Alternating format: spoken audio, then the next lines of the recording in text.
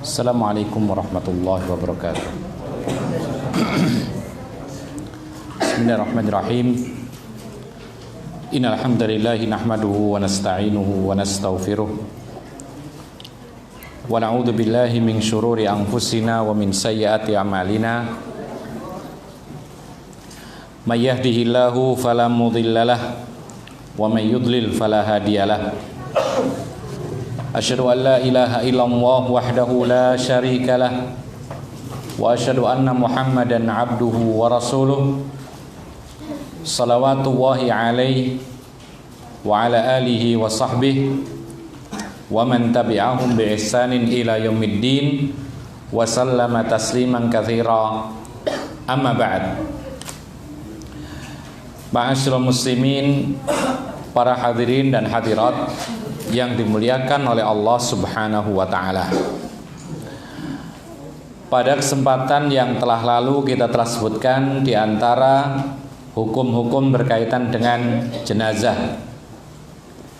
Kita sebutkan adalah bagaimana kiranya apabila jenazah itu banyak, kemudian bolehkah dikuburkan dalam satu liang kubur? Maka jawabannya boleh ketika ada kebutuhan atau kondisi mendesak, sebagaimana pernah Rasulullah melakukan hal itu pada para syuhada yang ada di Uhud. Kemudian juga telah kita sebutkan bagaimana upaya kita untuk mengumpulkan sebanyak mungkin orang-orang yang menyolati jenazah, dan itu sebagai upaya pertolongan kepada sang mayat. Bahkan Rasulullah pernah mengatakan, apabila ada mayat muslim disolati oleh 40 orang laki-laki yang tidak pernah menyekutukan Allah, maka pasti Allah akan mengizinkan mereka untuk memberi syafaat kepada sang mayat. Memberi syafaat maksudnya menolong di hari kiamat kelak. Kemudian juga kita sebutkan pada saat yang lalu, diupayakan dengan memperbanyak jamaah sholat jenazah ini, tetapi tetap kita harus berusaha untuk menyegerakan urusan jenazah. Jadi boleh ditunda saat asalkan ada kemaslahatan buat si mayat, seperti mengumpulkan banyak orang atau yang semisal. Kemudian juga telah kita sebutkan bahwasanya kalau bisa di dalam sholat jenazah, maka paling tidak minimal dijadikan 3 shaf, meskipun satu-satu atau paling tidak masing-masing shaf itu tidak penuh, tidak mengapa. Maka diupayakan sunnahnya adalah kalau bisa minimal 3 shaf dan seterusnya, boleh lebih, kalau bisa jangan sampai kurang. Ini termasuk sunnah-sunnah dalam sholat jenazah. Berikutnya adalah aina yusalla alal janazah, di mana sih menyolati jenazah itu? Artinya di mana bagusnya, di mana bolehnya menyolati jenazah. Sebelum kita lanjutkan, maka kebiasaan kita mengumpulkan kaum muslimin untuk sholat jenazah di mana? Di masjid. Baik, apakah ini termasuk yang afdal atau ini termasuk yang boleh-boleh saja, ataukah ini jangan-jangan terlarang? Ya. Kita lihat sekarang. Tajuzus sholatu alal janazati fil masjid. Boleh-boleh saja menyolati jenazah itu di masjid. Berarti boleh hukumnya. Mari kita berpikir sejenak. Kalau ada perkataan boleh, ya, berarti silakan dilakukan di situ, silakan pula dilakukan tidak di situ. Namanya boleh. Berarti boleh memilih. Ini satu. Perkataan boleh di masjid sholat jenazah berarti boleh dilakukan di masjid, boleh juga tidak dilakukan di masjid. Jadi konsekuensi hukum yajuz atau jaiz yang artinya boleh. Sama dengan kita mengatakan boleh makan, berarti boleh, silakan yang mau makan, silakan yang tidak ada masalah. Ya. Sama dengan perkataan para ulama, boleh seorang muslim laki-laki menikahi wanita ahlul kitab. Apa artinya? Kalau ada seorang laki-laki menikahi wanita ahlul kitab, dosa nggak kira-kira? Tidak dosa. Boleh nggak orang itu tidak menikahi ahlul kitab atau wanita ahlul kitab? Boleh juga. Ini satu. Yang kedua, catatan boleh itu, boleh ini adalah hukum yang paling minimal. Ya. Berarti di situ ada hukum yang lebih utama. Jadi kalau dikatakan boleh, berarti ini boleh, halal, tidak dosa. Kemudian ada di atasnya lagi, yaitu afdhal, lebih utama. Seperti tadi, seorang laki-laki boleh-boleh saja menikahi wanita ahlul kitab. Ini boleh, tapi tidak dianjurkan, tidak diperintahkan. Yang lebih afdal, seorang laki-laki itu muslim menikahi wanita muslimah. Karena Allah mengatakan wala amatun mu'minatun khairun min musyrikatin walau a'jabatkum. Wanita muslimah, ya, meskipun dia seorang budak, ya, mungkin kulitnya hitam, itu lebih utama dinikahi seorang laki-laki muslim daripada wanita musyrikah meskipun dia menakjubkan dirimu. Maka afdholiyah beda dengan boleh-boleh saja. Nah sekarang sholat jenazah di masjid, apa hukumnya tadi? Boleh. Berarti ada yang lebih utama. Di mana kira-kira? Di mana kira-kira? Kita baca sekarang. Masih boleh dulu. Ana Aisyah qalat lamma tuwfiya Sa'd bin Abi Waqqas arsala azwajun Nabi sallallahu alaihi wasallam an yamurru bi janazatihi fil masjid fayusallina alaihi fafa'alu fawuqifa bihi ala hujarihinna yusallina alaihi. Aisyah radhiyallahu anha meriwayatkan sebuah hadis. Dia menceritakan setelah Rasul meninggal dunia, itu meninggallah seorang yang bernama Sa'd ibnu Abi Waqqas. Ya, Sa'd ibnu Abi Waqqas ini pernah sakit ketika menaklukkan kota Makkah.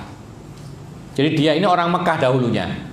Kemudian ikut hijrah ke Madinah, menjadilah orang Madinah. Kemudian tatkala penaklukan kota Makkah, dia ikut bersama Nabi ke Mekah. Lalu sampai di Mekah sakit keras. Maka dia sangat khawatir jangan-jangan ajalnya berada di Mekah, padahal Mekah itu sudah ditinggalkan hijrah. Takut dia. Takut apa? Takut hijrahnya batal, kembali lagi ke tempat semula. Maka Rasulullah berdoa supaya Sa'd bin Abi Waqqas itu tidak meninggal dunia dan akhirnya sehat, bisa pulang lagi ke Madinah. Nah, menjadilah dia adalah penduduk Madinah sebagaimana dia menduduki tempat hijrahnya dan akhirnya meninggal di Madinah. Sa'd bin Abi Waqqas ketika meninggal dunia, yaitu di Madinah, maka para istri Nabi Muhammad SAW memerintahkan supaya orang-orang laki-laki muslimin melewatkan jenazahnya Sa'd bin Abi Waqqas di masjid Rasulullah supaya mereka para istri Nabi bisa menyolatinya. Menyolati siapa? Sa'd bin Waqqas. Siapa yang nyuruh? Para istri Nabi. Yang disuruh siapa? Para sahabat Nabi yang memikul atau membawa jenazahnya Sa'd bin Waqqas hendak dikuburkan di kuburan Baqi.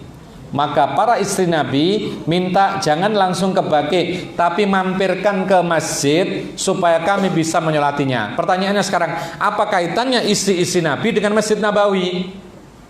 Apa hubungannya? Kok disuruh melewatkan masjid, masuk ke dalam masjid? Apa hubungannya? Kira-kira? Karena istri, ya? Nggak. Kenapa para istri Nabi menyuruh kaum laki-laki membawa jenazahnya Sa'ad masuk ke Masjid Nabawi? Supaya istri Nabi bisa. Tapi kenapa kok harus ke masjid? Ayo, kenapa kok harus ke masjid lewatnya? Kenapa nggak tempat lain?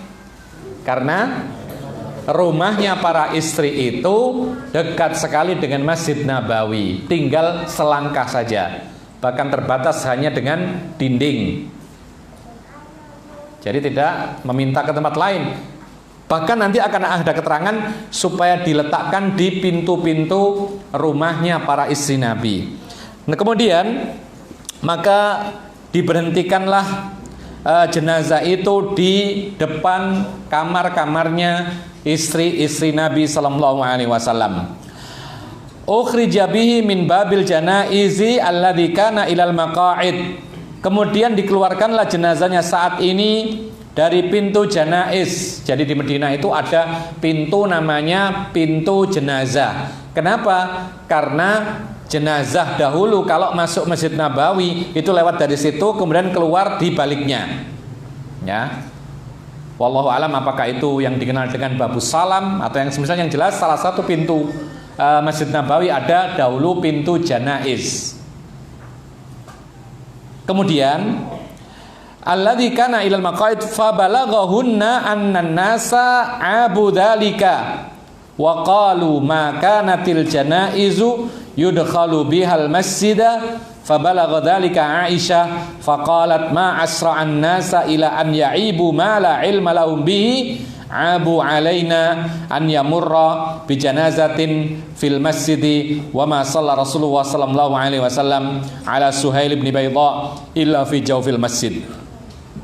Maka ketika jenazahnya Sa'ad bin Abi Waqqas dimasukkan ke masjid supaya para istri Nabi menyolati jenazah tersebut, masuk masjid, kemudian para istrinya Nabi, ada yang mengatakan bahwasanya para istri Nabi ini tidak keluar dari kamarnya, tapi di pintu saja langsung menyolati jenazah Sa'ad. Kemudian lewat lagi, kemudian istri yang lainnya menyolati terus begitu. Ada yang mengatakan mereka berkumpul jadi satu kemudian menyolati jenazahnya Sa'ad bin Abi Waqqas.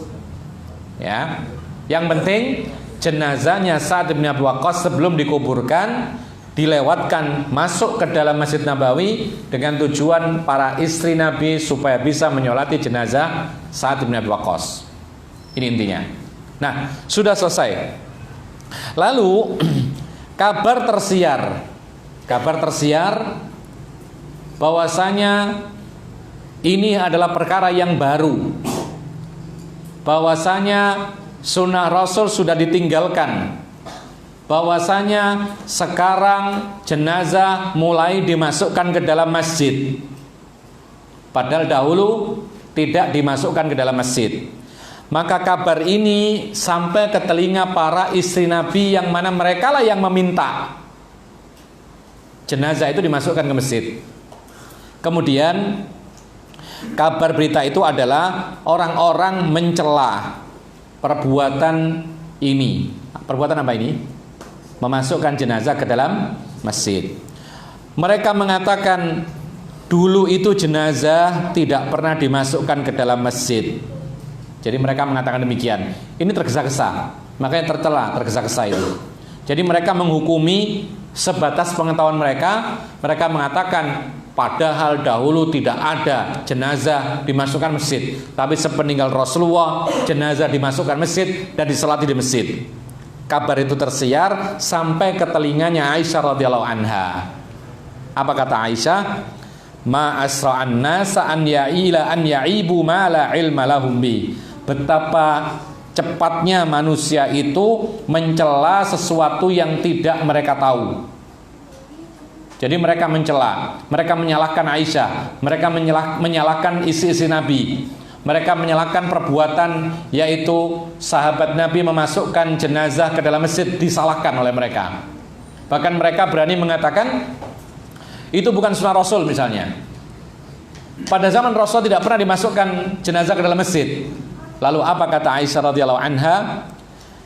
Ketika mereka itu mencela kami sebab kami itu memerintahkan supaya memasukkan jenazah Sa'ad bin Waqqas ke dalam masjid, maka kata beliau, maka Rasulullah sallallahu alaihi wasallam menyolati jenazahnya Suhail ibnu Baydha itu di dalam Masjid Nabawi. Artinya apa? Aisyah ingin menjelaskan bahwasanya pernah ternyata Rasulullah menyolati salah seorang sahabatnya yang namanya Suhail ibnu Baydha di dalam masjid Rasulullah. Maka perbuatan para istri Nabi ini tidak perlu disalahkan, Karena ternyata sebelumnya pernah Rasulullah menyolati salah satu jenazah sahabatnya di dalam Masjid Nabawi. Berarti tidak salah.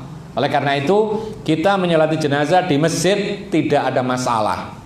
Kenapa? Satu, Rasulullah pernah menyolati jenazah Suhail ibnu Baidha di masjid. Yang kedua, sepeninggal Rasulullah, para istri Rasulullah memerintahkan untuk memasukkan jenazahnya Sa'ad bin Abi Waqqas ke dalam masjid supaya bisa disolati. Ini hukum yang berikutnya. Lalu hukum yang berikutnya lagi disebutkan bahwasanya wanita boleh menyolati jenazah meskipun di masjid. Boleh. Cuman harus ditekankan tidak boleh bercampur baur. Bila perlu disendirikan jenazah ini setelah disolati laki-laki, kemudian kaum wanita menyolatinya, boleh. Karena sebagaimana Sa'ad bin Abi Waqqas ini secara lahiriah, secara zahir ini sudah disolati di tempat lain, sebelum dikuburkan di Baqi dilewatkan ke masjid untuk disolati oleh para istrinya Nabi. Ini yang kedua. Lalu ikhwan fillah azakumullah, beliau mengatakan lakinnal afdhala as-salatu 'alaiha kharijal masjid fi makanin mu'addin lis-salati 'alal janaiz kama kana al-amru 'ala ahdi Nabi sallallahu alaihi wasallam wa huwal ghalibu 'ala hadyihi fiha. Kalau tadi kita katakan boleh menyolati jenazah di masjid, lalu beliau mengatakan akan tetapi yang lebih afdal, lebih utama menyolati jenazah itu kalau bisa di luar masjid. Ini kalau memungkinkan, kalau ada tempat yang layak untuk sholat jenazah, ya. Kalau tidak menyulitkan kaum muslimin, maka di luar masjid itu lebih utama, yaitu di tempat khusus yang memang disiapkan untuk sholat jenazah. Kalau ada, ya. Di tempat kita ada nggak sholat jenazah di tanah lapang? Artinya tanah lapang yang memang dikhususkan untuk sholat jenazah ada. Kalau nggak ada ya sudah, berarti di masjid boleh, gitu loh. Ya, bahkan di Makkah Madinah pun sekarang bisa kita katakan tidak ada tempat yang cukup luas untuk sholat jenazah. Ya, bahkan kadang-kadang kalau disolatkan di luar Masjidil Haram dan Masjid Nabawi itu akan merepotkan kaum muslimin karena mereka datang pakai kendaraan. Kemudian mereka tidak bisa parkir, kemudian mereka kesulitan untuk meletakkan kendaraan, akhirnya ketinggalan jenazah. Tetapi kalau diletakkan di Masjidil Haram, di Masjid Nabawi, parkir sudah tertata, jalan-jalan sudah tinggal melewati saja, maka disitulah sholat jenazah, tidak ada masalah. Jadi hukum asal yang lebih afdal sholat jenazah di mana? Di tanah lapang yang memang dikhususkan untuk sholat jenazah, ya, sholat jenazah. Kemudian juga tanah lapang ini juga digunakan untuk sholat-sholat berjamaah yang sifatnya insidentil, seperti sholat istisqa, ya, sholat istisqa. Jadi Rasulullah SAW pernah juga melakukan sholat istisqa di musola tempat sholat hari raya. Jadi ada dua ya. Tempat salat terbuka itu ada dua macam. Yang pertama musholal janaiz, yang kedua musholal id. Ya. Yang pertama musholal id, yang kedua mushola al janazah. Kalau mushola tanah lapang tempat salat jenazah ini khusus untuk salat jenazah. Yang kedua tempat tanah lapang untuk salatul id dan salat-salat yang lain yang insidentil seperti salat istisqa. Jadi di sini lapangan yang untuk sholat jenazah khusus buat sholat jenazah saja. Nah, beliau mengatakan an Ibnu Umar anna al-yahuda ja'u ila Nabi sallallahu alaihi wasallam bi rajulin minhum wa imra'atin zanaya. Fa amara biha farujima qariban min maudhi'il janaiz 'indal masjid. Dari Ibnu Umar, semoga Allah meridhoinya. Sesungguhnya ada sekelompok orang Yahudi datang kepada Nabi membawa seorang laki-laki dan perempuan di antara mereka yang telah berzina. Jadi ada laki perempuan Yahudi di Medina saat itu adalah dikuasai oleh kaum muslimin, sehingga orang-orang Yahudi harus tunduk dan patuh terhadap hukum Islam. Ya, beginilah apabila Islam berkuasa, maka orang-orang non-muslim yang ada di negeri Islam itu harus tunduk dan patuh kepada hukum Islam. Termasuk diantaranya adalah hukum-hukum yang berkaitan dengan kriminalitas atau perbuatan dosa. Di antaranya adalah zina. Maka zina hukumnya ada rajam dan ada cambuk 100 kali. Kalau sudah menikah dengan sah, maka dihukum rajam. Tapi kalau dia belum pernah menikah, maka dihukum cambuk 100 kali. Nah, didatangkanlah dua orang laki perempuan ini kepada Rasulullah SAW, bahwasanya dua orang ini berzina. Kemudian mereka minta dihukumi oleh Rasulullah SAW, maka Rasulullah SAW memutuskan hukuman rajam sama dengan orang Islam. Maka dirajamlah keduanya itu di dekat tempat jenazah di sisi masjid atau di luarnya masjid, itu dekat musola al janazah. Dirajamlah di dekat tempat musola jenazah. Ya. Jadi para ulama mengatakan ini juga fungsi yang lain. Musola jenazah, musola tempat sholat jenazah itu karena luas maka boleh dijadikan tempat untuk menghukum orang-orang yang bersalah seperti cambuk atau rajam atau yang semisal. Kemudian wa an Abi Hurairah radhiyallahu an anna Rasulullah sallallahu alaihi wasallam na'a an-Najasyiyya fil yaumil ladzi mata fi kharaja ilal musalla fasaffa bihim wa kabbara arba'an. Abu Hurairah menerangkan bahwa pernah Rasulullah SAW memberitahukan atau mengumumkan kematian Raja Najasyi pada hari kematiannya. Padahal Raja Najasyi di mana? Di Habasyah. Rasulullah mengumumkan ketika di Madinah, di Masjid Nabawi, Rasulullah mengumumkan kepada kaum muslimin, wahai sahabat-sahabatku, sekarang ini Raja Najasyi di Habasyah meninggal dunia. Dahulu tidak ada telepon, ya, tidak ada internet, tidak ada WA, tidak ada apa-apa. Maka ini jelas Rasulullah mengetahui demikian karena memang dari wahyu. Ya, Allah memberikan wahyu kepada Nabi Muhammad bahwa hari ini, sekarang ini mati Raja Najasyi yang ada di Habasyah. Perlu diketahui Raja Najasyi ini adalah beriman, masuk Islam, tetapi semua kaumnya tidak ada satupun yang masuk Islam. Maka ketika meninggal dunia, dia dikuburkan tanpa disolati jenazahnya. Nah, ketika Rasulullah mendapatkan kabar demikian, maka Rasulullah mengajak para sahabatnya keluar dari masjid menuju tempat sholat jenazah. Rasulullah memimpin salat jenazah untuk Raja Najasyi, dikenal dengan istilah salatul ghaib. Jadi salat ghaib dilakukan di tempat salat jenazah, tanah lapang, tempat terbuka. Sama dengan salat jenazah semua, sama, cuman jenazahnya tidak ada. Ya.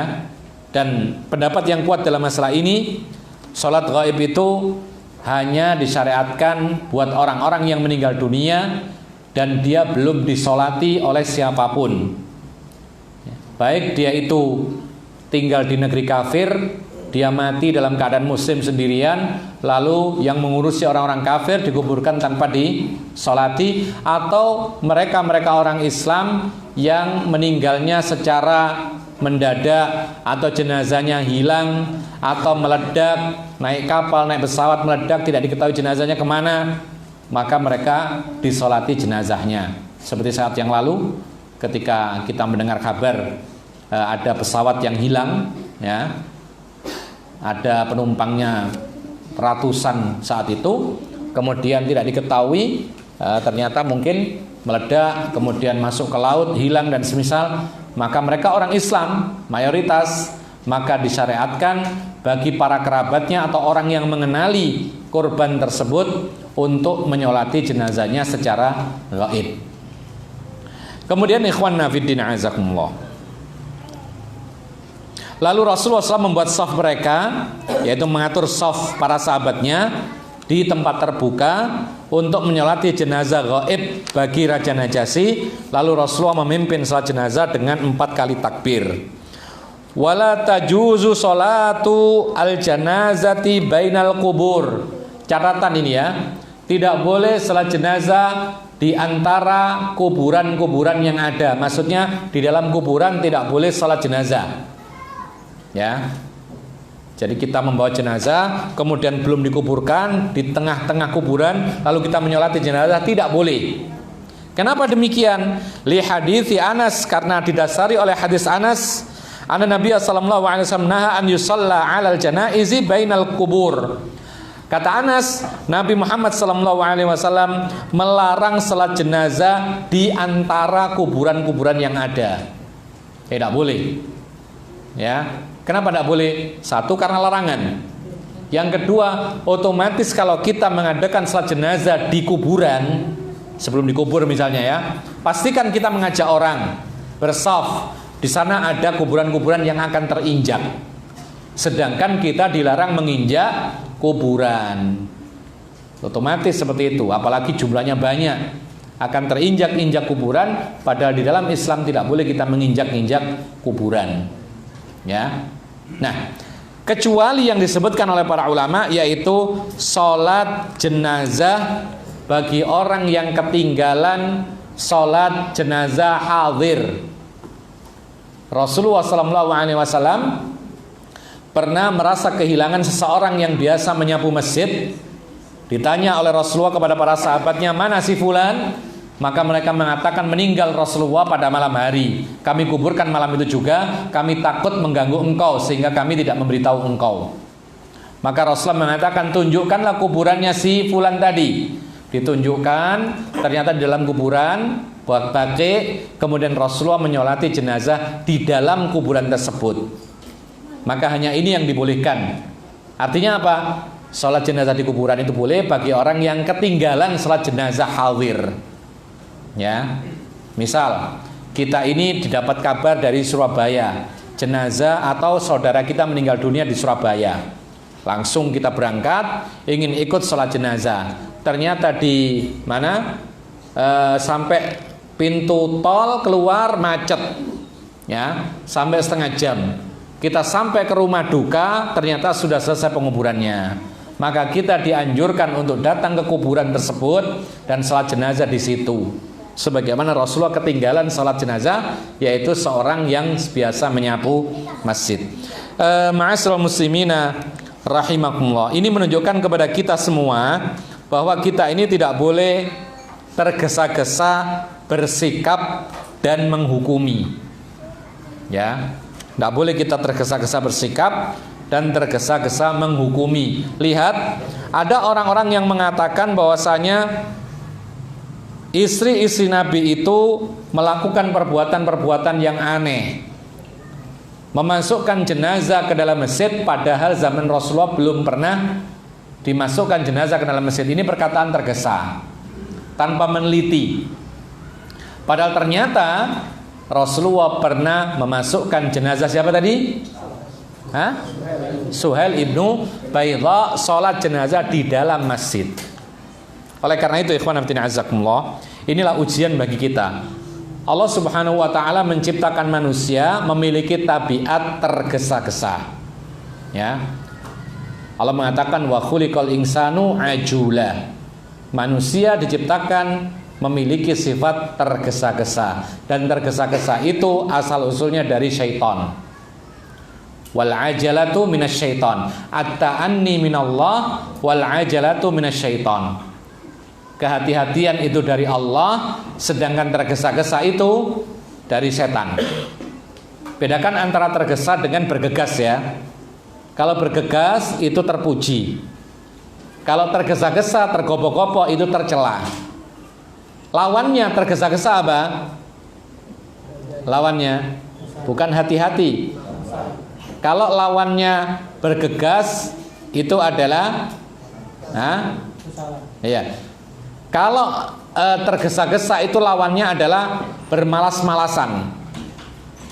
Sama-sama tercela.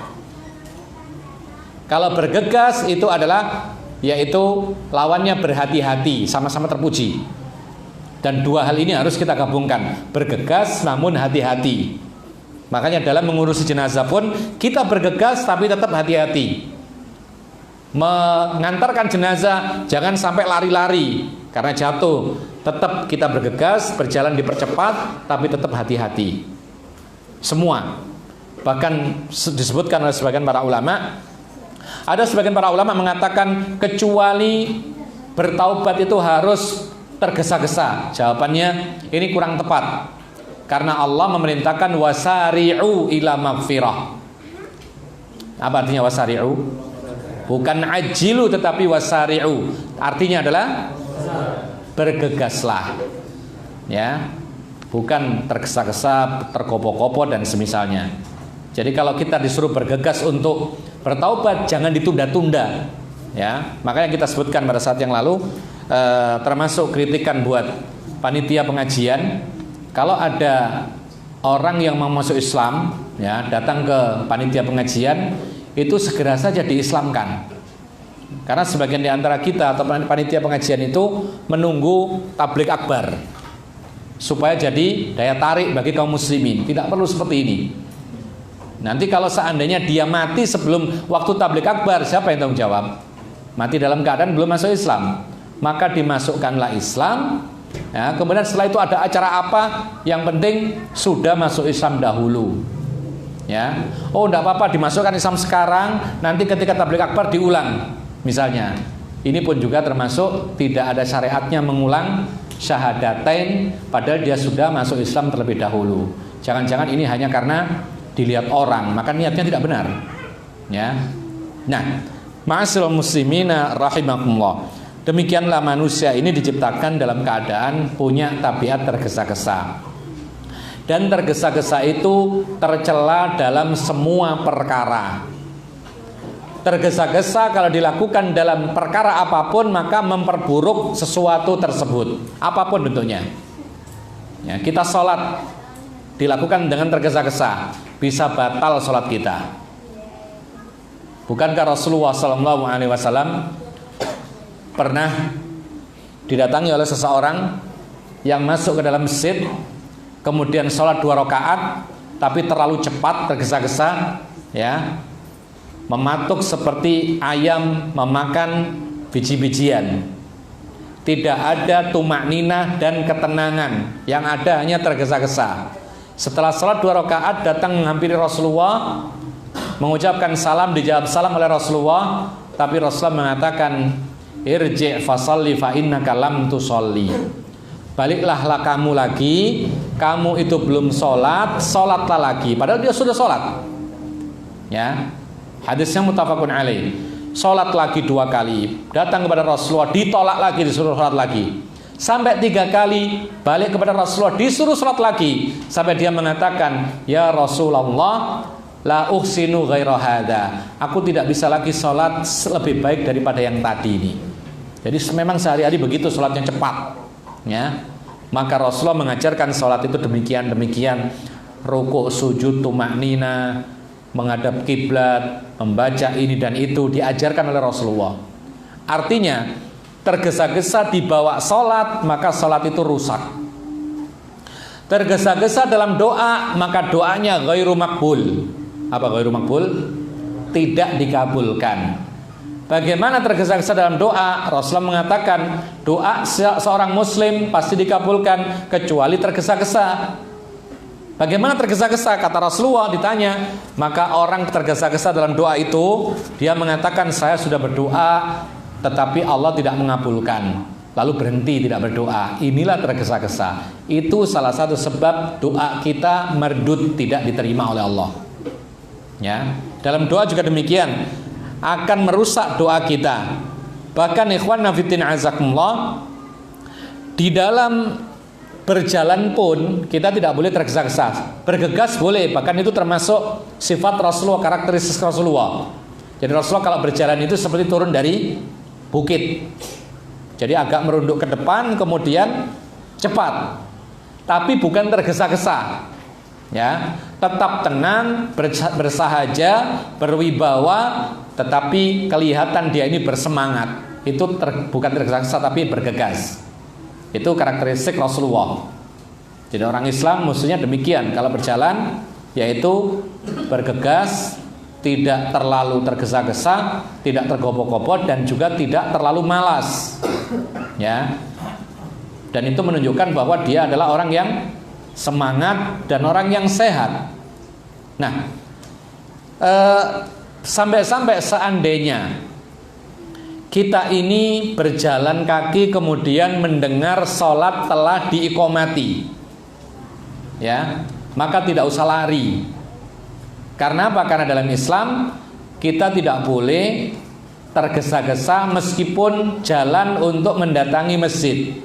Kata Rasulullah SAW, "Idza tuwiba bis salati fala ta'tuha wa antum tas'aun, wa'tuha wa 'alaikumus sakinah, fama adraktum fasallu wa ma fatakum fa'atimmu." Kata Nabi SAW, apabila dikumandangkan iqamat, jadi kita keluar rumah mendengar iqamat, maka kata Rasulullah, jangan sekali-kali kalian itu datang dalam keadaan berlari, ya. Jadi kalau diantara kita ada azan, ada sholat, dikumandangkan iqamat lalu kita lari, ini menunjukkan kita ini tidak ngerti tentang hukum adab menghadiri sholat berjamaah. Jadi lari, ya. Nah, maka kalau orang lari biasanya sampainya nanti nafas itu bagaimana? Nah, ngos-ngosan, sehingga sholat dalam keadaan ngos-ngosan, tidak ada khusyuk seperti ini. Tapi Rasulullah mengatakan, datangilah sholat itu meskipun sudah dikumandangkan iqamat, tetapi engkau tetap sakinah. Apa sakinah itu? Tenang. Kemudian fama adraktum fasallu wa ma fatakum fa'atimu. Apa yang kau dapati lakukan, apa yang kurang sempurnakan. Alhamdulillah, tidak dihukum apa-apa oleh Allah Subhanahu wa taala. Ini kemurahan Islam.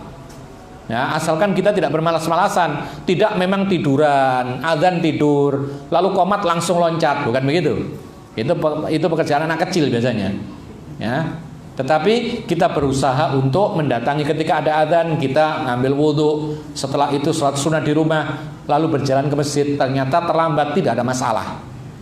Ya, meskipun sampai habis pun itu tidak ada masalah, karena kita telah melakukan seperti apa yang diperintahkan oleh Allah. Kemudian ikhwan fillah azakumullah, bahkan ketika makan pun kita tidak boleh tergesa. Antum kalau makan siang itu butuh berapa menit? 10 menit atau kurang? Makan betulan loh ya, bukan makan makanan ringan maksudnya. Makan betulan, makanan pokok itu. Mungkin butuh 10 menit atau mungkin lebih sedikit. Baik.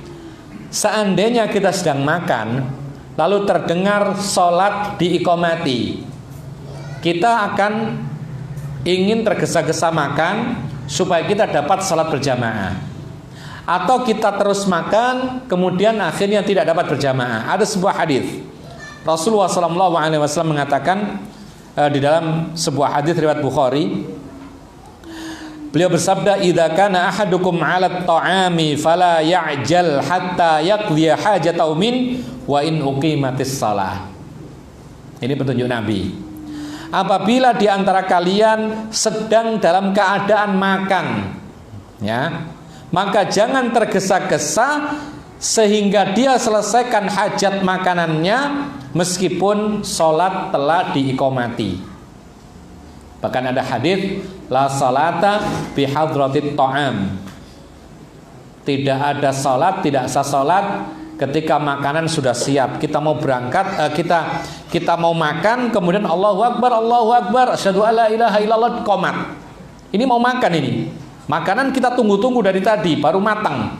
Ya, maka di sini yang dimulai adalah makan terlebih dahulu. Tidak usah sholat dulu, karena ini makanan sudah siap. Kita ingin, kalau kita tinggalkan makanan, sholat tapi mikirnya makan, sholat tapi pikirannya, waduh tadi makanannya gimana nasibnya, ya, nanti diambil kucing dan semisalnya. Nah, oleh karena itu sampai-sampai ketika kita makan sekalipun kita diperintahkan untuk menyelesaikannya meskipun terdengar iqomat sholat. Ini hukum yang sangat meringankan kita, ya. Jadi tidak boleh kita ini tergesa-gesa kemudian menghukumi orang yang, loh kok makan, padahal ini sholat waktunya dikumandangkan iqamat, loh kok terus makan. Memang Rasulullah memerintahkan untuk meneruskan makan untuk supaya dia tenang dalam sholatnya nanti, ya. Kecuali apabila waktunya sempit, Ya, kita harus perhatian nata waktunya makan ini harus perhatian, gitu loh. Ya. Jadi jangan sampai lewat waktu untuk sholatnya. Kemudian ikhwan fillah azakumullah, bahkan dalam kalam pun, dalam berbicara itu tidak bagus tergesa-gesa dalam bicara. Ya. Jadi tergesa-gesa dalam berbicara itu juga tidak bagus. Biasanya orang kalau tergesa-gesa bicara ini itu mungkin karena masih sangat muda. Ya, masih sangat semangat. Nah, dulu kita awal-awal itu banyak teguran, ngomongnya terlalu banyak atau terlalu cepat.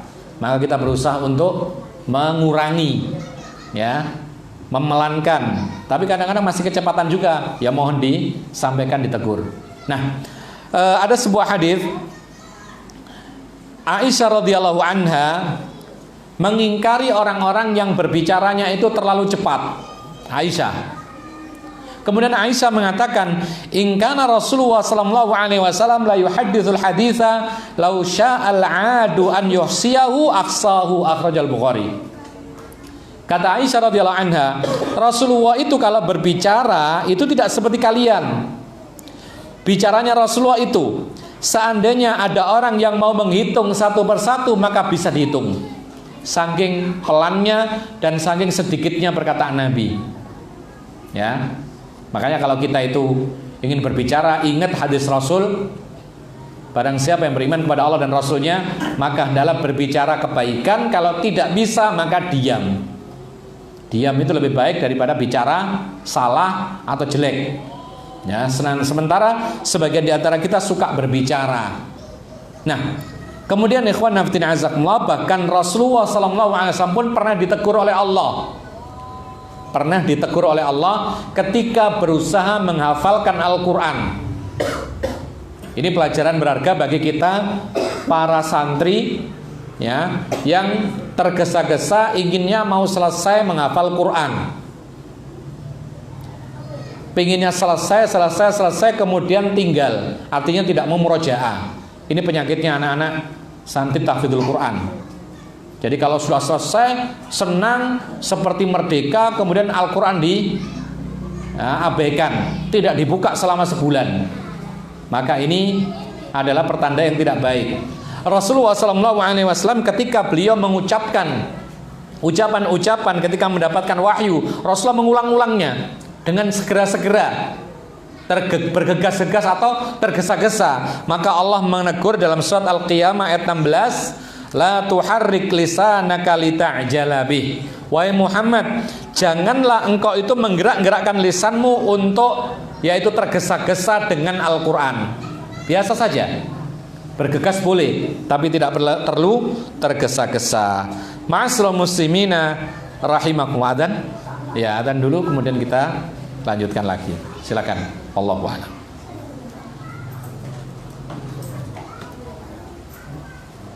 Bismillah.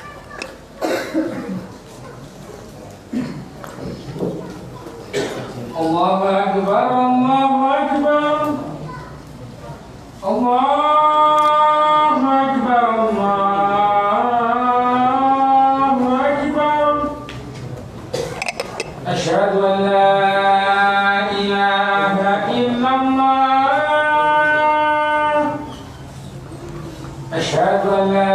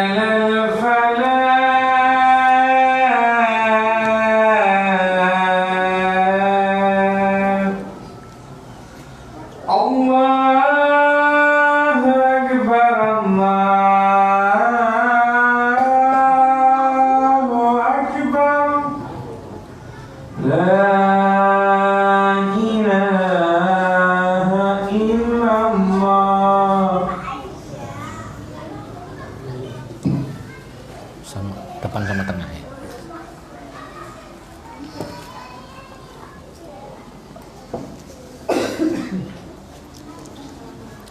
Kita lanjutkan.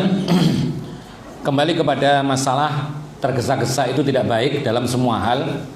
Tadi kita katakan tergesa-gesa, yang benar adalah tergesa-gesa itu lawannya hati-hati, sedangkan bergegas itu lawannya adalah malas atau bermalas-malasan. Tadi keliru di awalnya tadi. Sekali lagi, tergesa-gesa itu lawan daripada kehati-hatian, karena Rasulullah mengatakan at-ta'anni minallah wal ajalatu minasyaiton. Berhati-hati itu ada dari Allah, tergesa-gesa dari setan. Adapun bergegas, bersegera itu lawan daripada al-ibta, yaitu malas atau bermalas-malasan. Sebagaimana Allah mengatakan wasari'u ila magfiratin min rabbikum, bergegaslah untuk mendapatkan ampunan dari Allah Subhanahu wa taala. Kemudian pertanyaannya sekarang adalah, kalau kita ini diciptakan oleh Allah mempunyai tabiat tergesa-gesa, bagaimana cara mengobatinya? Maka jawabannya sama dengan sifat-sifat tercela yang lain. Karena pada diri manusia itu ada banyak sifat tercela. Seperti rakus, tamak. Itu ada pada diri manusia. Kemudian sifat tercela yang ada pada diri kita yaitu kezaliman, ya, kejahilan, ketidaktahuan, dan berbagai macam sifat-sifat yang buruk, termasuk diantaranya adalah yaitu sifat tergesa. Maka mengobatinya seperti yang dikatakan oleh Nabi SAW dalam sebuah hadis yang dikeluarkan oleh Imam Tabrani. Beliau mengatakan innamal ilmu bitta'allumi wal hilmu bittahallumi. Sesungguhnya untuk mencapai ilmu itu harus dengan belajar. Bagi orang yang belum punya ilmu, ya belajar supaya dapat ilmu. Wal hilmu sifat santun, ya, sifat lemah lembut santun, itu bisa didapatkan dengan tahallum, itu membiasakan diri bersifat santun lemah lembut. Sama dengan sifat tergesa, supaya kita hati-hati, berlatih supaya kita berhati-hati. Jadi biasakan diri kita berhati-hati, saling mengingatkan. Tawasau bil haqqi wa tawasau bis sabar. Ma'asyiral muslimin rahimakumullah. Berikutnya adalah berkaitan dengan tergesa-gesa menghukumi seseorang itu salah, tergesa-gesa menghukumi ini adalah perkara bid'ah, tergesa-gesa menghukumi itu syirik, tergesa-gesa menghukumi kafir dan semisalnya. Atau barangkali ada hal itu adalah termasuk masalah khilafiyah. Sebagian di antara kita mungkin menganggap nanti akan ada masalah ketika sholat jenazah, takbirnya itu ngangkat tangan terus atau tidak. Ya, ada mungkin di antara kita yang memegang pendapat yang pertama, yaitu tidak perlu mengangkat tangan kecuali pertama kali. Ya, kemudian menganggap yang lain itu sesat. Ya, maka ini tidak benar. Artinya apa? Ini adalah masalah khilafiyah dari sejak dahulu, dan para ulama toleran dalam masalah ini. Atau misalnya ada di antara kita yang berpegang kepada pendapat kalau turun sujud itu pakai tangan, kemudian menganggap negatif orang yang turun sujudnya pakai lutut, dianggap sesat, dianggap bukan ahlus sunnah. Ini subhanallah jauh. Artinya apa? Ini pun juga termasuk masalah khilafiyah. Sama dengan hal yang sekarang ini terjadi, ini mulai banyak diperbincangkan ketika terjadi perbedaan tanggal antara 9 Dzulhijjah di negeri kita dengan 9 Dzulhijjah di Mekah. Ya. Kemudian yang satu mengatakan puasa Arafah hari Senin, yang hari Selasa salah, batil, haram, sesat. Tidak demikian. Kita katakan ikhwan fillah azakumullah bahwa dalam masalah puasa Arafah, para ulama sepakat puasa Arafah itu dilakukan tanggal 9 Dzulhijjah. Ini sepakat. Paham ya? Jadi kapan puasa Arafah? 9 Dzulhijjah. Ini sepakat. Yang menjadi perbedaan itu ketika ada beda hari atau beda tanggal antara tempat yang satu dengan yang lain. Ini yang menjadi masalah. Seperti tahun sekarang ini. Maka di tempat kita 9 Dzulhijjah harinya Selasa. Sedangkan di Arafah sana 9 Dzulhijjah harinya Senin. Konsekuensinya hari rayanya pun berbeda. Sebenarnya ikhwan fillah azakumullah, masalah ini timbul akhir-akhir zaman ini. Ketika teknologi semakin canggih, ya, maka timbul masalah ini. Ketika teknologi belum canggih, tidak ada masalah hal ini. Kenapa demikian? Karena sekarang kita tahu, dapat berita langsung dari Makkah sana bahwasanya wukufnya nanti hari Senin. Sedangkan di sini sudah diputuskan hari Selasa, maka bingung. Gara-gara apa? Gara-gara tahu yang di sana. Padahal zaman dahulu sebelum teknologi canggih, ya, kita tidak akan tahu kapan sih hari Arafah di Mekah sana atau di Saudi Arabia sana, kecuali setelah jamaah haji itu pulang. Ya, setelah jamaah haji pulang. Nah, kita di sini yaitu mengikuti penanggalan sebagaimana diputuskan oleh pemerintah. Yang mana pemerintah melakukan atau menentukan awal bulan dan mengakhiri bulan itu seperti yang disyariatkan oleh Nabi. Ya. Apa itu? Melihat hilal. Kalau tidak terlihat maka disempurnakan bulannya. Berarti syar'i. Jadi pendapat yang kuat, memang ada pendapat yang mengatakan puasa Arafah mengikuti Arafah. Kapan di Arafah jamaah haji wukuf, maka kita ikut puasa. Kenapa demikian? Mereka mengatakan karena sesuai dengan namanya puasanya adalah Yaumu Arafah, Saum Yaumu Arafah, puasa hari Arafah. Berarti puasanya pas hari Arafah ketika orang-orang yang haji wukuf di Arafah. Ini pendapat yang pertama. Seperti yang dikuatkan oleh Profesor Dr. Sulaiman Ar-Ruhaili. Beliau menguatkan bahwasanya hari Arafah kita sama dengan hari Arafah di sana. Jadi tidak dianggap perbedaan. Cuman ikhwan fillah azakumullah, perlu diketahui bersama bahwasanya ini masalah khilafiyah. Ada pendapat yang lain mengatakan bahwasanya masalah puasa Arafah ini kalau memang tidak ada perbedaan penentuan harinya, sepakat puasa Arafah, kita ngikuti wukuf di Arafah kalau tidak ada selisih hari. Tapi yang menjadi masalah ketika ada selisih, di sini nggak kelihatan hilal, di sana kelihatan hilal, pasti berbeda. Nah, perbedaan ini konsekuensinya juga nanti hari rayanya pun berbeda. Ya. Oleh karena itu pendapat yang paling kuat, wallahu alam, itu adalah pendapatnya Fadilatul Syekh Muhammad bin Shalih Al-Utsaimin. Beliau mengatakan bahwasanya puasa Arafah pada tanggal 9 Dzulhijjah di tempat kita sendiri. Kenapa demikian? Ada beberapa alasan. Yang pertama, itulah faedahnya adanya hilal. Dan subhanallah, Allah mentakdirkan hilal itu muncul di negara-negara berbeda dan waktunya kadang berbeda. Ya. Nah, kalau semua harus sama, satu melihat hilal, kemudian yang lain seluruh dunia harus menganggapnya dan menghukuminya, maka ini tidak memungkinkan. Apalagi zaman dahulu yang tidak ada teknologi canggih. Kemudian hilal di tempat kita berarti tidak kepakai. Kalau kita harus mengikuti satu tempat. Yang kedua, kadang-kadang hilal itu ada yang lebih dahulu dari Mekah. Seperti pada zaman Rasulullah SAW atau pada zamannya Ibnu Abbas, itu di negeri Syam lebih dahulu sehari kelihatan hilal. Jadi mereka puasanya memulainya sehari sebelum Madinah. Itu terjadi dalam hadis Quraib. Hadisnya muttafaqun alaih. Ketika Ibnu Abbas ditanya, "Wahai Ibnu Abbas, kenapa kita di Madinah ini tidak mengambil hilalnya orang Syam yang lebih dahulu?" Maka Ibnu Abbas mengatakan, "Demikianlah Rasulullah memerintahkan kami, kita tidak akan memulai bulan baru kecuali melihat hilal atau menyempurnakan bulan yang lama."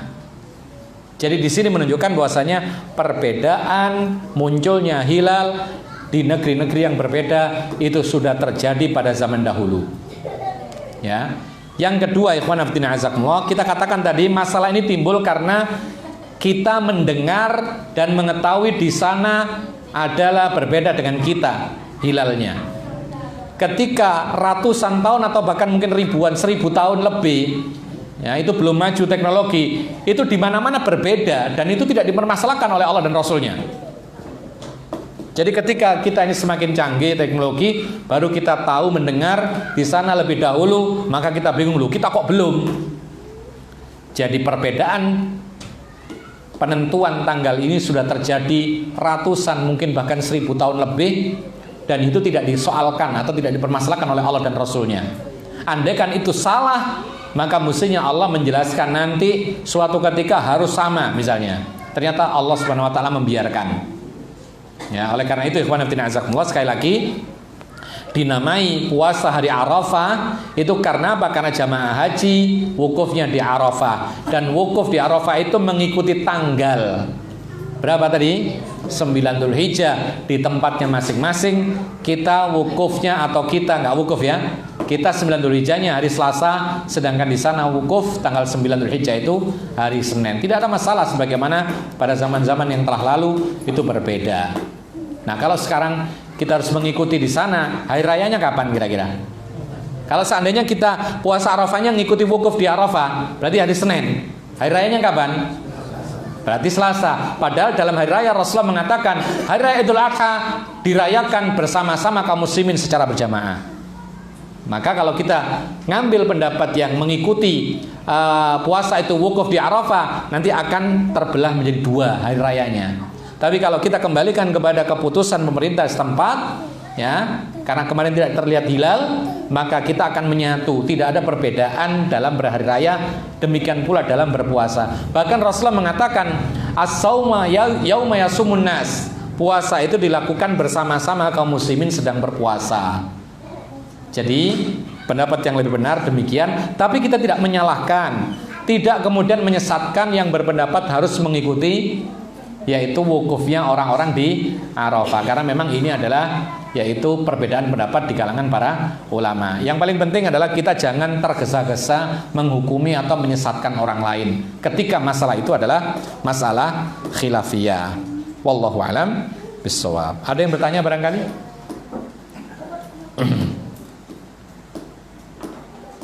Ya. Ya.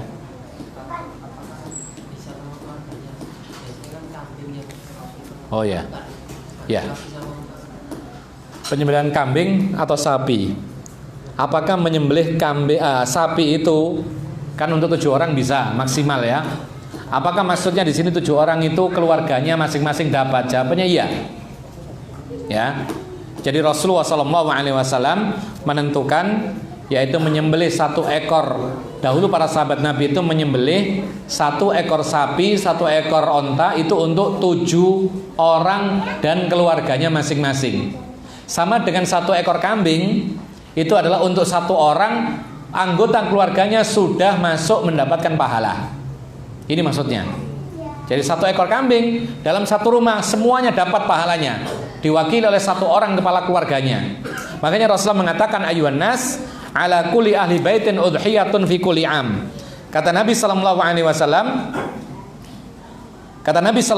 wasallam, wahai sekalian manusia, harus dalam 1 rumah itu, ya, 1 keluarga itu 1 sembelihan, ya, setiap tahunnya kalau mampu. Yaitu apa? Rasulullah mengatakan anhu wa an ahlihi, untuk dirinya dan keluarganya. Ini 1 kambing. Kemudian Rasulullah menentukan kalau mau patungan sapi 7 orang, berarti 7 orang bersama keluarganya masing-masing. Jadi bukan harus 1 keluarga ini ada bapak, ibu, anaknya 5, masing-masing bayar sekian untuk beli sapi. Tidak. 1 keluarga ini diwakili oleh kepala keluarganya bayar untuk 1/7-nya. Ada keluarga lain 1/7 dan lain sebagainya. Maksimal 7 orang dan keluarga masing-masing. Tidak boleh lebih. Tidak boleh 8 orang bersama keluarganya, tidak boleh. Yang ke-8 tidak dapat nanti. Kalau kurang boleh nggak? Hah? 6 orang boleh? Boleh, 7 orang saja boleh, apalagi 6. 1 orang boleh? Nah, lebih boleh lagi. Jadi satu orang nyembelih 1 ekor sapi boleh. Satu sapi patungan 2 orang boleh? Boleh. 3 orang boleh, maksimal 7, kalau 8 enggak boleh. Satu kampung boleh? Enggak boleh. Satu kelas dalam sekolah boleh? Enggak boleh. Ada korban atau latihan korban satu kelas orang 100. Nah, urunan berapaan dapat 1 ekor kambing? 10 ribuan. Maka ini bukan kurban. Bukan kurban. Ya. Tapi apa? Tapi ya nyembelih makan-makan. Seperti yang dikatakan oleh Rasulullah, sama dengan orang berkorban tapi bukan pada tempatnya. Syatuka syatu lahmin. Sembelihanmu bukan kurban tapi sembelihan biasa, makan-makan. Jadi, tapi jangan kemudian dinamakan kurban atau disembelih pas kurban orang menyangka ini kurban. Ini pemalsuan ini. Maksudnya mendidik orang dermawan tapi dengan cara yang tidak benar atau bohong. Ya, tidak boleh. Wallahu alam bissawab. Jadi kesimpulannya adalah kalau kita sepertujuh maka itu untuk satu orang dan keluarganya semuanya dalam satu rumah. Itu sudah dapat pahalanya. Wallahu alam. Oleh karena itu tidak perlu ya. Tidak perlu kemudian tahun ini atas nama bapak sembelih, tahun besok atas nama ibu, ya, tahun berikutnya lagi atas nama kakak. Ini tidak perlu seperti ini. Karena tanpa demikian pun mereka sudah dapat pahalanya. Yang penting dalam satu rumah itu 1 sembelian kambing atau 1/7 onta atau sapi. Wallahu alam. Bagaimana hukumnya menumpuk jenazah dalam jangka panjang? Contoh, ada seorang A meninggal, 7 tahun kemudian kerabat seorang tersebut meninggal dan dimakamkan di atasnya. Apakah boleh? Kalau di atasnya tidak boleh ya. Kalau di sampingnya boleh. Ya. Maksudnya di atasnya ditumpuk ada jenazahnya gitu? Tidak boleh. Nah, kalau tidak cukup maka dipindah dahulu, dirapikan.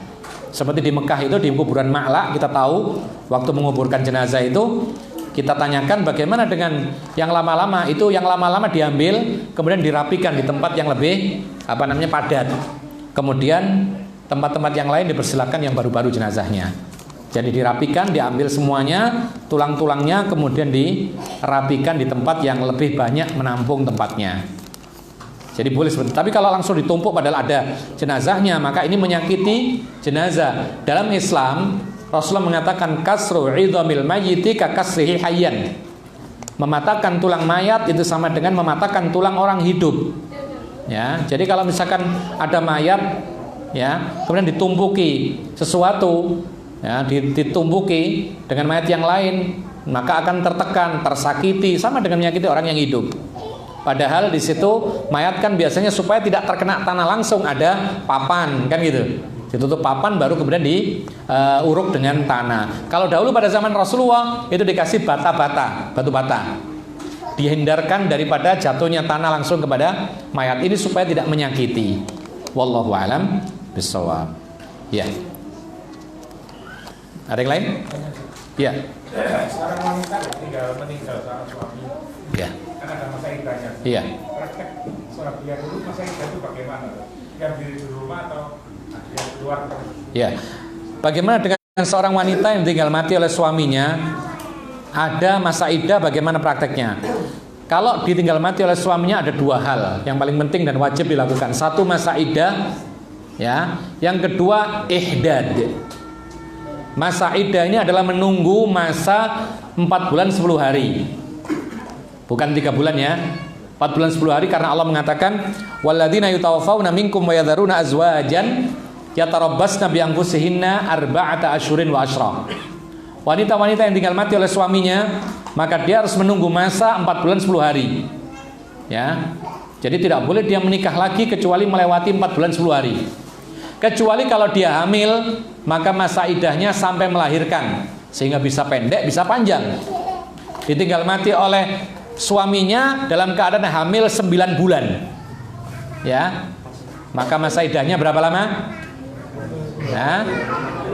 Sekedar ya sampai lahir, bisa jadi sehari, 2 hari, 3 hari, 10 hari dan semisal. Bahkan terjadi pada zaman Rasulullah hanya beberapa malam saja terjadi.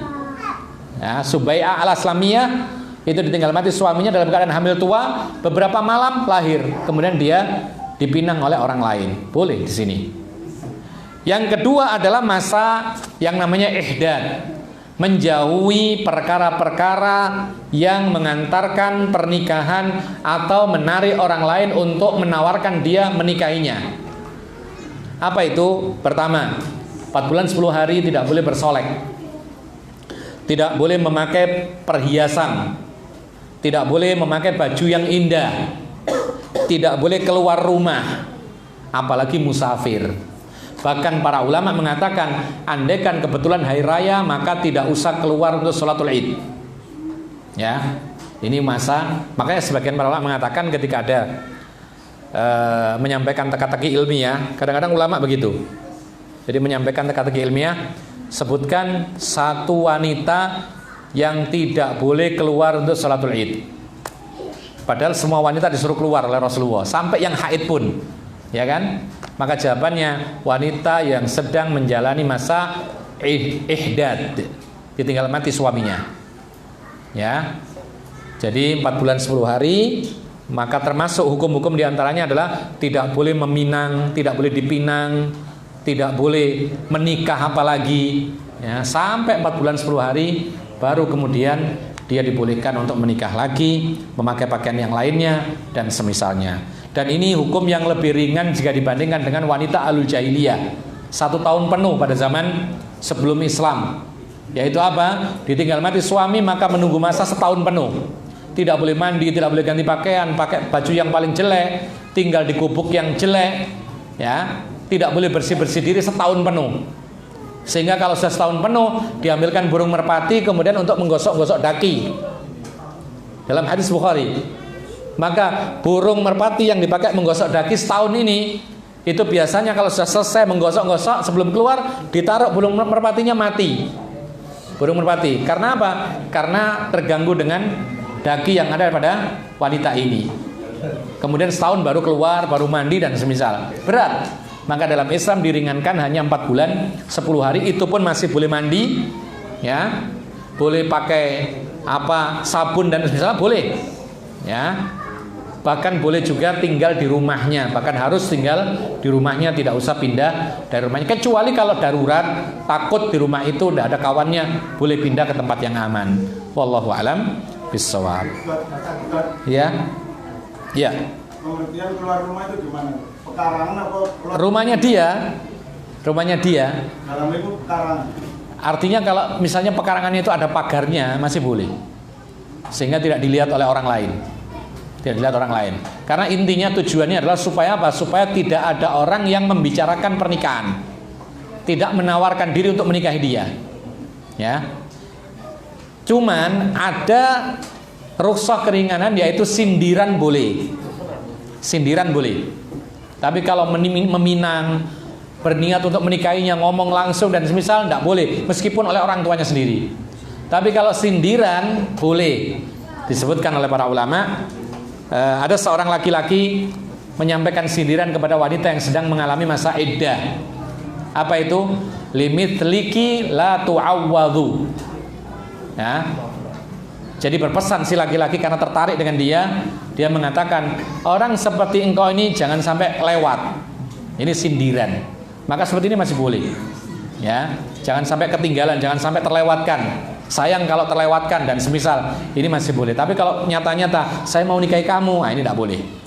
Wallahu a'lam bishawab. Itu termasuk berlaku bagi wanita yang menopause. Semua, tidak ada pengecualian. Jadi yang ada pengecualian dibolehkan dari larangan itu adalah wanita yang sangat tua yang tidak akan ada keinginan menikah, itu diberi keringanan dalam masalah hijab. Ya. Kalau dalam masalah sentuhan tidak ada keringanan, dalam masalah iddah tidak ada keringanan. Karena dalam Al-Quran dan Sunnah tidak ada keringanan. Tapi kalau dalam masalah hijab, menanggalkan pakaian luar, menanggalkan hijab yang rapi rapat itu boleh bagi wanita yang dikenal dengan istilah dalam Al-Quran, wal qawaidu minan nisa illati la yarjuna nikahan falaisa alaihinna an yadha'na thiyabahunna ghaira mutabarrijatin bizina. Allah menjelaskan, wanita-wanita yang sangat tua yang tidak ada keinginan menikah lagi, maka boleh dia menanggalkan jilbabnya dengan syarat tidak boleh bersolek. Meskipun tua, Boleh memang menanggalkan jilbabnya, tapi syaratnya nggak boleh bersolek. Karena orang bersolek jadi muda lagi gitu loh. Ya, tuanya kayak apa didempul kan gitu. Ya, jadi seperti 30 tahun. Padahal 67 tahun. Nah, nggak boleh. Jadi hanya itu keringanan. Adapun sentuhan tetap nggak boleh. Jadi salaman dengan nenek-nenek kalau dia bukan mahram nggak boleh. Masalah masa iddah, wanita tuanya seperti apapun, maka dia harus menjalani masa iddah, dan itu sebenarnya melindungi kaum wanita. Wallahu a'lam bishawab. Mungkin ini ya. Terakhir. Untuk wanita itu disunahkan salat jenazah? Tidak disunahkan. Jadi sekedar boleh. Ada pertanyaan bagus ini ya. Ada pertanyaan bagus. Apakah berarti disunahkan wanita itu menyolati jenazah? Maka jawabannya, yang kita ketahui bahwasanya pada zaman Rasulullah itu tidak ada berbondong-bondong dan digalakkan sholat jenazah. Wanita tidak ada. Tetapi ada riwayat-riwayat istri Nabi melakukan sholat jenazah. Berarti ini adalah boleh. Ya, tidak digalakkan, tidak dianjurkan. Karena ini kebiasaan kaum laki-laki dan tugasnya kaum laki-laki. Sama dengan mengantarkan jenazah, memandikan jenazah dan semisalnya. Ini semuanya tugasnya kaum laki-laki. Kecuali kalau jenazah perempuan yang memandikan adalah kaum wanita. Wallahu a'lam bishawab. Mungkin ini yang bisa kita sampaikan. Mudah-mudahan bermanfaat. Wa akhiru da'wana alhamdulillahirabbil alamin. Wa sallallahu ala nabiyyina Muhammadin wa ala alihi wa sahbihi ajma'in. Subhanakallahumma bihamdika asyhadu an la ilaha illa anta astaghfiruka wa atubu ilaik. Wassalamualaikum warahmatullahi wabarakatuh.